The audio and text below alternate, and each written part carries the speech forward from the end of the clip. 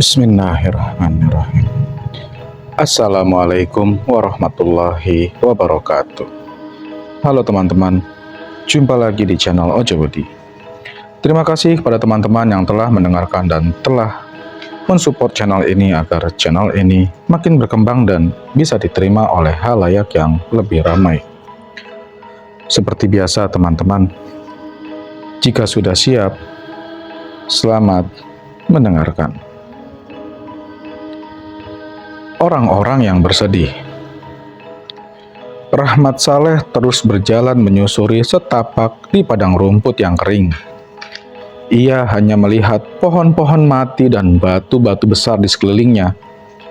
Daun dan bunga kering menyelimuti tanah. Puluhan matahari terus bergerak, timbul tenggelam bergantian. Hari tak juga berubah gelap.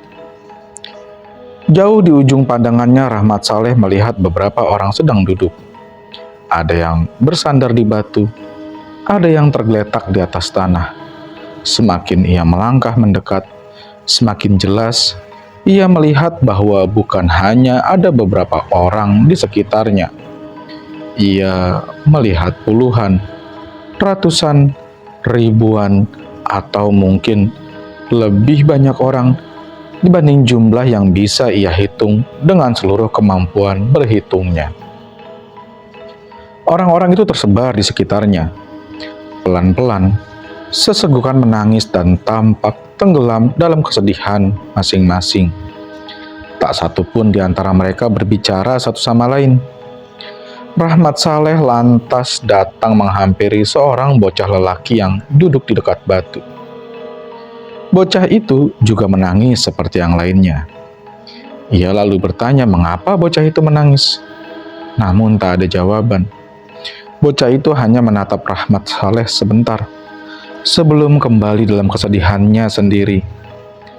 Bocah itu kemudian berdiri, meninggalkan Rahmat Saleh, lalu ia duduk di tempat lain yang agak jauh, seperti tak ingin diganggu. Namun ada yang aneh dari bocah itu. Rahmat Saleh tak melihat ada bayangan yang tercipta selama si bocah duduk, lalu berjalan, lalu duduk lagi. Rahmat Saleh selalu melihat orang lain yang juga berdiri dan berjalan. Tak ada satupun di antara mereka yang memiliki bayangan. Aneh, cuaca sangat terik, matahari seakan terus bertambah seiring waktu. Tetapi mereka tak memiliki bayang-bayang. Rahmat Saleh kemudian melihat dirinya sendiri dan mencoba menggerakkan tangannya di udara. Ia dapat melihat bayangannya bergerak lambat, namun bayangannya juga tampak tak biasa. Bayangan itu tampak tak mau lagi menuruti kehendak tuannya. Rahmat Saleh merasakan hawa ngeri yang amat sangat dahsyat menjalar di sekujur tubuhnya. Bayangan itu perlahan memisahkan diri dari tubuh Rahmat Saleh, kemudian menguap seperti asap hitam yang pekat dan membentuk sosok makhluk yang tampak seperti kuda, tapi seukuran gajah, tapi berkaki 6 dan wujudnya seperti asap yang amat gelap. Siang bolong di tengah hamparan luas itu, di antara suara tangis orang-orang yang tak ingin diajak bicara, Rahmat Saleh menyaksikan bayangannya sendiri berubah menjadi makhluk asing dalam pikirannya. Ia hanya ingin kembali kemanapun, asal bukan tempat aneh ini. Ia berjanji pada dirinya sendiri untuk tidak akan pernah berniat mencuri lagi jika terbebas dari tempat ini. Semalam adalah kali pertamanya memutuskan untuk menjadi seorang pencuri. Rahmat Saleh merasa tindakannya salah, tetapi di sisi lain ia juga merasa tindakannya ia lakukan karena terdesak dan tak ada pilihan lain. Rahmat Saleh hanyalah gelandangan yang kelaparan, terbuang dari masyarakat karena terlahir entah dari rahim siapa. Setidaknya itulah cerita yang dikatakan orang-orang kepadanya. Ia mulai kelaparan sebab kepala loper koran tak bisa lagi membayar para pengasong. Koran tak lagi dibutuhkan sejak setiap orang mulai membuat beritanya masing-masing. Sudah beberapa waktu ia mencoba menawarkan diri sebagai pelayan di kedai-kedai makanan, sebagai tukang cabut sampah, dan buruh pabrik. Tak satu pun dapat menerima seorang gelandangan tanpa asal-usul yang jelas. Ia hanya tak ingin kelaparan, dan untuk tidak kelaparan ia harus bekerja. Untuk bekerja ia harus memiliki tempat tinggal tetap dan keluarga, atau setidaknya muasal yang jelas. Ia tak punya tempat tinggal maupun keluarga atau muasal yang jelas. Untuk memiliki tempat tinggal ia harus mencari uang. Untuk mencari uang ia harus mendapat pekerjaan. Untuk memiliki pekerjaan ia harus punya keluarga. Untuk memiliki keluarga ia tak tahu harus bagaimana. Untuk memikirkan itu semua, ia akan mati kelaparan dan kehabisan akal, karena segala yang ia pikirkan menjadi lingkaran kesengsaraan yang tak bisa ia patahkan. Dalam pikirannya yang kalut, Rahmat Saleh bertekad tak ingin terus merasakan kesengsaraannya lagi. Semua orang hidup juga punya kesengsaraannya masing-masing, begitu pikirnya. Lalu, dalam lamunan yang panjang itu, ia terpikir untuk mencuri. Tapi mencuri apa?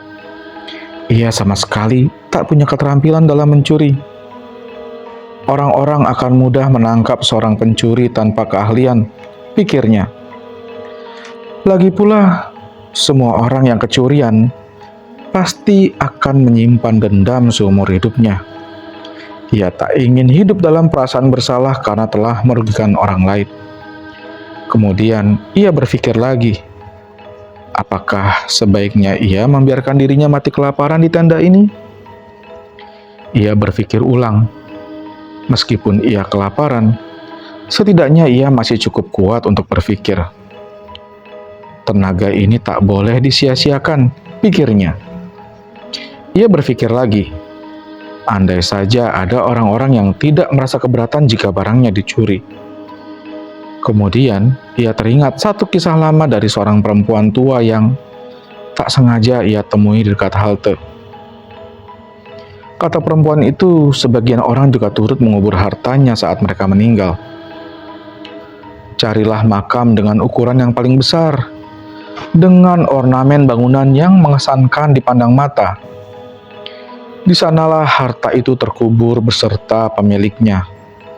Mereka tentu saja tak akan membawa semua harta itu ke alam baka. Mereka tentu merasa tak keberatan bila hartanya dicuri, sebab mereka bahkan sudah tidak bisa merasa bagaimana dengan keluarga si orang yang meninggal itu. Bagaimana mungkin mereka lebih peduli pada orang meninggal yang kehilangan hartanya dibanding orang hidup yang menderita kelaparan. Rahmat Saleh pun akhirnya membulatkan tekad. Ide itu muncul begitu tertata dan menjadi gairah yang mampu melenyapkan rasa lapar yang ia hadapi. Maka ia pun mulai berjalan bermodal hasrat yang kuat dan ide cemerlang yang jarang sekali menghampiri kepalanya. Sekali ide itu datang tak boleh disia-siakan, pikir Rahmat Saleh sedikit kagum terhadap dirinya sendiri. Penunggang bayangan. Rahmat Saleh mengemas kembali lamunannya. Di hadapannya sudah berdiri makhluk asing yang tercipta dari bayangannya sendiri. Namun ia tak lagi merasa ngeri. Aku bahkan telah hampir mati karena lapar. Bagaimana mungkin aku takut mati menghadapi bayanganku sendiri? Begitu pikirnya. Ia melangkah maju, bayangannya pun mendekat. Saya adalah bagian dari saudara, kata bayangan itu sambil mendekati Rahmat Saleh. Rahmat Saleh bingung. Pertama, ia sekali lagi mendengar makhluk yang aneh bicaranya dan formal dan agak cempreng. Kedua, ia sama sekali tak menyangka makhluk besar itu tampaknya tidaklah jahat. Bagaimanapun, Bayangan itu mengaku sebagai bagian dari diri Rahmat Saleh, dan caranya bicara sama sekali tak menunjukkan seperti dia makhluk yang jahat. Begitu pikir Rahmat Saleh. Mengapa Tuan Bayangan memisahkan diri dari saya? Tanya Rahmat Saleh setelah beberapa saat memberanikan diri. Bukan saya yang menentukan, jawab bayangan itu. Jadi saya juga tidak tahu jawabannya. Yang jelas kita hanyalah makhluk-makhluk kerdil yang tak mengetahui banyak rahasia yang besar-besar. Kebetulan kita hidup di dalam satu wadah realita fisik yang sama, sehingga mampu mengalami rasa yang kurang lebih sama. Dan pada waktunya, kita akan terurai dan berjalan masing-masing. Mungkin kita akan mengalami hal lain, seperti memasuki jalanan baru yang sama sekali asing, atau malahan tak ada lagi pengalaman lain selain kenangan dan kehampaan yang abadi. Setiap yang bertemu akan berpisah, setiap yang bernafas akan mati, setiap yang berjalan akan berhenti pada waktunya. Bukankah begitu cara kehidupan ini bekerja? Kita adalah makhluk dengan kehendak, tapi sama sekali bukan penentu. Bayangan itu menatap langit yang memancarkan cahaya kemerahan dari ribuan titik mirip matahari. Rahmat Saleh menarik nafas panjang dan mulai memahami arah perjalanan yang dilaluinya ini. Namun dalam sisa kewarasan yang ia miliki, tak ingin hatinya menegaskan dengan kata-kata, sampai ia saksikan sendiri. Jawaban terbentang satu persatu, atau malahan menjadi rahasia selamanya. Hanya keberanian dan harapan yang membuatnya tetap terjaga sampai di sini. Apakah yang menentukan nasib kita adalah pemilik tempat ini? Rahmat Saleh tetap ingin memastikan, meskipun ia sudah agak paham dengan aturan. Tak ada yang lebih punya kuasa dibanding sang pemilik tempat yang berkali-kali disinggung si dapur di sabana tadi. Iya, seperti yang sudah saudara ketahui, kata bayangan itu. Lalu, apakah Tuan Bayangan tahu di mana saya bisa bertemu seseorang yang menjaga jembatan? Kata Rahmat Saleh. Seekor kucing memberitahu saya untuk menemui seseorang yang menjaga jembatan saat petir datang.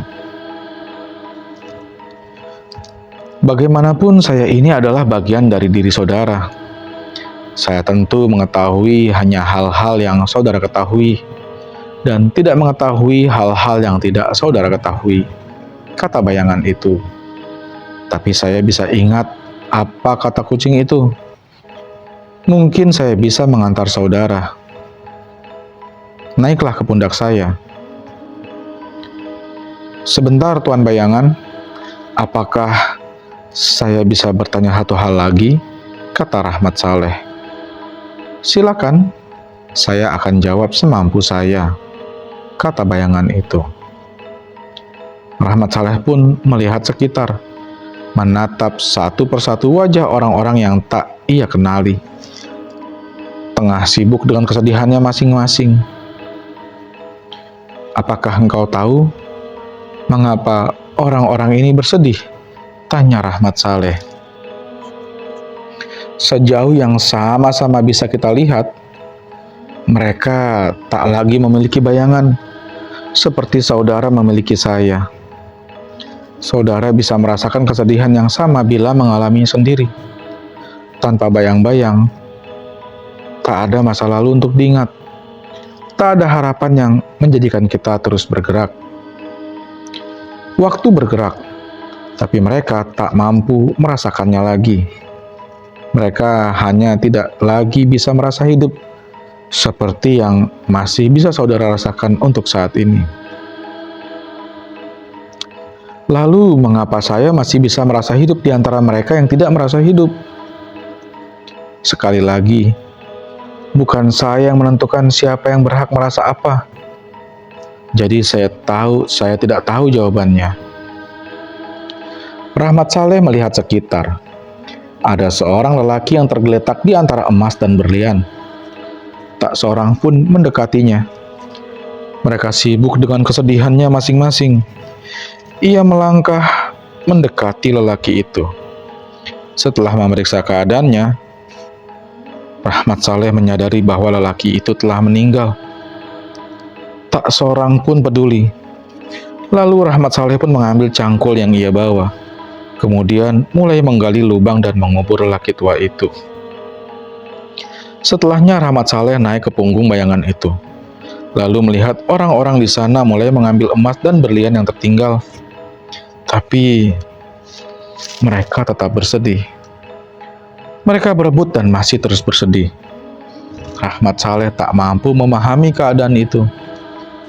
Ia pergi menjauh menunggangi bayangannya sendiri. Antrean panjang. Udara semakin tandus. Rerumputan dan pohon mati tak lagi terlihat. Hamparan pasir memperlambat langkah bayangan yang ditunggangi Rahmat Saleh. Rahmat Saleh dapat merasakan lelah yang dirasakan bayangannya. Mereka pun memutuskan berhenti berjalan.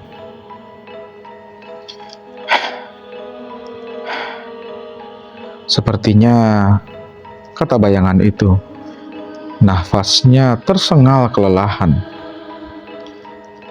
Sampai di sini saja, saya bisa mengantar saudara. Maafkan saya, Tuan Bayangan, jawab Rahmat Saleh. Saya sudah merepotkan Tuan. Saya bisa temani Tuan beristirahat dulu. Nanti biarlah kita berjalan dengan kaki masing-masing supaya tak membebani. Bukan. Saya bukan mau istirahat, kata bayangan itu. Saya hanya bisa mengantar saudara sampai di sini. Lihatlah di kejauhan sana. Ikuti antrean orang-orang itu. Kita harus berpisah sampai di sini, kata bayangan itu. Rahmat Saleh hanya bisa menatap bayangan yang sekarat di hadapannya. Ia tak punya apapun untuk diberikan. Perasaan aneh mulai tumbuh dalam diri Rahmat Saleh. Perasaan kehilangan, takut ditinggalkan, atau mungkin perasaan bersalah. Apakah aku sedang merasa sedih? Tanya Rahmat Saleh kepada dirinya sendiri. Ia melihat bayangan itu yang semakin lemah. Tubuhnya yang serupa awan gelap kini perlahan pudar, mengecil seperti ditiup angin. Pelan-pelan bayangan itu menghilang dihembus udara yang kian kering. Rahmat Saleh mengambil cangkulnya. Ia melihat kerumunan orang. Jauh di ujung horizon, ia bahkan tak sempat berterima kasih kepada bayangannya karena sudah mengantar sejauh ini. Kesedihan seperti ini tak pernah ia rasakan sebelumnya. Ia seperti merasakan sebagian dari dirinya lenyap, tetapi menyisakan bekas yang tak bisa hilang. Ia memanjangkan matanya sejenak, memanjatkan keinginannya agar bayangan itu baik-baik saja kemanapun angin membawanya. Rahmat Saleh terus berharap, meski tak yakin pada apa yang ia sampaikan harapan itu. Ia pun menyeka matanya yang berair. Ia harus melanjutkan perjalanan. Hanya itu yang ia tahu dan harus ia lakukan. Antrean orang-orang itu lebih banyak dari kelihatannya. Semakin didekati, antrean itu tampak semakin menyerupai jutaan manusia membentuk formasi, menyerupai tubuh seekor ular naga yang amat panjang. Rahmat Saleh bahkan tak mampu melihat apa yang ada di ujung paling depan. Apa yang hendak dituju orang-orang ini? Rahmat Saleh menyusul mengikuti antrean. Ia melihat orang-orang berjalan gontai dengan barang-barang yang tak asing baginya. Ada seorang lelaki tua, keberatan membawa sekarung uang. Ada seorang perempuan dengan kalung emas membebani lehernya. Seorang lainnya mengangkat kursi di atas kepalanya. Sebagian yang lain tampak tak membawa apapun, tapi langkah mereka begitu berat, seakan gravitasi bekerja beberapa kali lipat. Rahmat Saleh melihat semua orang itu dari baris paling belakang. Ia mencoba memanggil mereka, hendak bertanya apapun yang bisa memberikannya petunjuk. Kemana mereka hendak pergi? Bagaimana caranya pulang? Mengapa mereka tak meninggalkan barang-barang yang membebaninya itu? Namun, Rahmat Saleh tak mampu mengeluarkan sepatah kata pun dari mulutnya. Ia melangkahkan kakinya, sedikit berlari mencoba menepuk pundak salah seorang yang tak membawa apa-apa di tangannya. Orang itu menoleh dan betapa kaget Rahmat Saleh ketika melihat orang itu tak memiliki mulut di wajahnya. Rahmat Saleh melihat ke sekitar. Mereka semua tak memiliki mulut di wajahnya. Ia mencoba meraba wajahnya sendiri dan mendapati hal yang sama. Tak ada mulut di wajahnya. Rahmat Saleh terus berlari menerobos antrean itu. Ia berlari dengan perasaan takut yang seketika menggerayangi tubuhnya dari pangkal kaki sampai ujung kepala. Lagi-lagi ia harus berhadapan dengan rasa takut lain yang tak henti-henti membuatnya lelah dan ingin menyerah. Rahmat Saleh berlari sekencang-kencangnya, berusaha mendahului orang-orang. Meski tubuhnya semakin ringkih dan perutnya terasa sangat lapar, ia terus berlari karena hanya itu yang bisa ia lakukan. Tak seorang pun memperdulikannya. Ia terus berlari sampai tubuhnya terjatuh, terbaring kelelahan di antara antrean jutaan umat manusia yang mengular sangat panjang. Hanya ada hamparan langit merah di matanya saat ini. Hanya merah yang berkobar sebelum gelap menyambar sepasang matanya yang pengar. Matanya terbuka dan samar-samar Rahmat Saleh melihat orang-orang melewatinya, seperti tak menyadari bahwa ada seseorang sedang terbaring di tanah. Ia tergeletak di tengah antrean. Orang-orang yang lain terus berjalan entah menuju apa. Dengan tenaga yang tersisa, Rahmat Saleh mencoba menegakkan tubuhnya. Ia berdiri, kembali berjalan dengan hati-hati, bertopang pada batang cangkul yang ia bawa. Apakah aku sudah gila? Atau ini adalah mimpi? Atau jangan-jangan ini adalah kematian? Namun semuanya tampak begitu nyata di mata Rahmat Saleh. Wajahnya menengadah ke langit. Puluhan matahari terus timbul tenggelam silih berganti. Entah sudah berapa lama ia berjalan. Ia mulai bisa merasakan rambut di wajahnya tumbuh sampai ke lutut. Namun Rahmat Saleh tak lagi punya tenaga untuk merasa takut. Ia terus berjalan sampai udara panas berubah menjadi cuaca gelap, mendung dan berangin. Duka cita mulai menyelimuti tubuhnya yang semakin kurus. Ia tak tahu mengapa kehilangan perasaan takut bisa semengerikan ini. Selama ini ia selalu ketakutan, namun rupanya tak memiliki rasa takut jauh lebih mengerikan. Seperti berjalan tanpa arah, tanpa kendali. Seperti rasa hambar ketika sesekali ia mencoba menelan sisa ludah yang tersisa di batang tenggorokannya. Ceritanya masih berlanjut kembali ya teman-teman. Jangan lupa untuk terus mengikuti ceritanya di channel Ojo Wedi. Akhir kata, wassalamualaikum warahmatullahi wabarakatuh.